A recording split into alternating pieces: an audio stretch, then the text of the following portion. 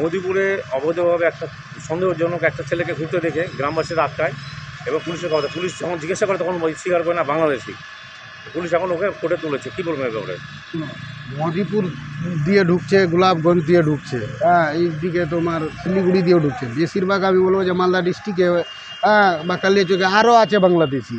তবে গ্রামবাসী যারা আছে বা যারা দেখতে পাচ্ছ যে এরা বাংলাদেশি আছে, একটু প্রশাসনকে খবর দেওয়াটা আমি মনে করি যে ভালো হবে। কারণ এই সব বাংলাদেশিদের জন্য আমরাই অশান্তিতে আছি। কারণ যে নিজের দেশ ছাড়তে পারে তো জীবনে অনেক কিছু ক্রিমিনাল করতে পারে।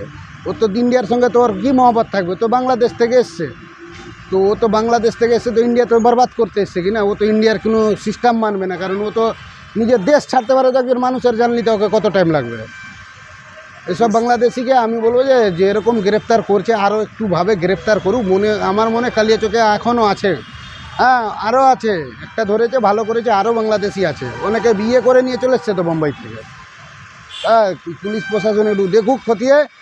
পাড়ায় পাড়ায় আছে, শুভেন্দুদা বলেছিল না যে পাড়ায় পাড়ায়, আসলেই পাড়ায় পাড়ায় আছে বাংলাদেশি। এলে ধরতেই থাকছে, এবার আসতেই থাকছে। কাছে তো বর্ডার আছে না, বর্ডার দিয়ে চলে আসছে, এখান গিয়ে বোম্বাই যা কাজ করছে। পুলিশ যদি সঠিকভাবে তদন্ত করে অনেক আরও বেরোবে, বাংলাদেশি অনেক আছে তো এখানে, ঢুকতেই থাকে তো পাল্টিয়ে। মালদাতে বেশি আছে, পশ্চিমবঙ্গের সব জেলাতে। মালদাতে বর্ডার কাছে আছে, যেহেতু তৃণমূলেরই সব রাজ্য, রামরাজত্ব চলছে। হ্যাঁ, ওরা তো কিছু মনেই করে না, পুলিশ কি বা বর্ডার কি কিছুই মনে করে না। ওরা তো তৃণমূলের নেতাই তো শেষ কথা। আপনার নাম?